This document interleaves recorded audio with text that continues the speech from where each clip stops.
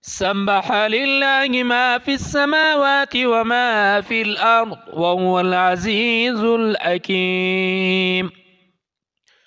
هو الذي أخرج الذين كفروا من أهل الكتاب من ديارهم لأول الحشر ما ظننتم أن يخرجوا وظنوا أنهم مانعتهم حصونهم من الله فأتاهم الله من حيث لم يحتسبوا وقذف في قلوبهم الرعب يخربون بيوتهم بأيديهم وأيدي المؤمنين فاعتبروا يا أولي الأبصار. ولولا أن كتب الله عليهم الجلاء لعذبهم في الدنيا ولهم في الآخرة عذاب النار ذلك بأنهم شاقوا الله ورسوله ومن يشاق الله فإن الله شديد العقاب. ما قطعتم من لينة أو تركتموها قائمة على أصولها فبإذن الله وليخزي الفاسقين. وما أفاء الله على رسوله منهم فما أوجفتم عليه من خيل ولا ركاب ولكن الله يسلط رسله على من يشاء والله على كل شيء قدير. ما أفاء الله على رسوله من أهل القرى فلله وللرسول ولذي القربى واليتامى والمساكين وابن السبيل كي لا يكون دولة بين الأغنياء منكم وما آتاكم الرسول فخذوه وما نهاكم عنه فانتهوا واتقوا الله إن الله شديد العقاب. للفقراء المهاجرين الذين أخرجوا من ديارهم وأموالهم يبتغون فضلا من الله ورضوانا وينصرون الله ورسوله أولئك هم الصادقون.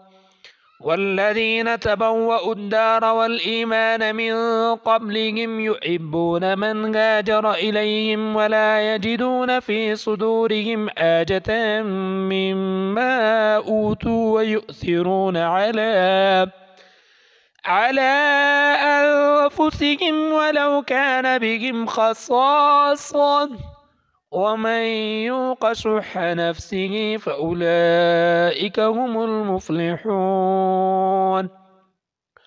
والذين جاءوا من بعدهم يقولون ربنا اغفر لنا ولإخواننا الذين سبقونا بالإيمان ولا تجعل في قلوبنا غلا للذين آمنوا ربنا إنك رؤوف رحيم. ألم تر إلى الذين نافقوا يقولون لإخوانهم الذين كفروا من أهل الكتاب لئن أخرجتم لنخرجن معكم ولا نطيع فيكم أحدا أبدا وإن قتلتم لننصرنكم والله يشهد إنهم لكاذبون. لئن أخرجوا لا يخرجون معهم ولئن قتلوا لا ينصرونهم ولئن نصروهم ليولن الأدبار ثم لا ينصرون. لأنتم أشد رغبة في صدورهم من الله ذلك بأنهم قوم لا يفقهون. لا يقاتلونكم جميعا إلا في قرى محصنة أو من وراء جدور بأسهم بينهم شديد تحسبهم جميعا وقلوبهم شتى ذلك بأنهم قوم لا يعقلون كمثل الذين من قبلهم قريبا ذاقوا وبال أمرهم ولهم عذاب أليم كمثل الشيطان إذ قال للإنسان اكفر فلما كفر قال إني بريء منك إني أخاف الله رب العالمين فكان عاقبتهما أنهما في النار خالدين فيها وذلك جزاء الظالمين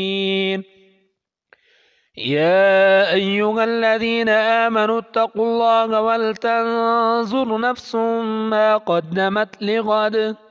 واتقوا الله إن الله خبير بما تعملون ولا تكونوا كالذين نسوا الله فأنساهم أنفسهم أولئك هم الفاسقون لا يستوي أصحاب النار وأصحاب الجنة أصحاب الجنة هم الفائزون لو أنزلنا هذا القرآن على جبل لرأيته خاشعا متصدعا من خشية الله وتلك الأمثال نضربها للناس لعلهم يتفكرون هو الله الذي لا إله إلا هو عالم الغيب والشهادة هو الرحمن الرحيم هو الله الذي لا إله إلا هو الملك القدوس السلام المؤمن المهيمن العزيز الجبار المتكبر سبحان الله عما يشركون هو الله الخالق البارئ المصور له الأسماء الحسنى يسبح له ما في السماوات والأرض وهو العزيز الحكيم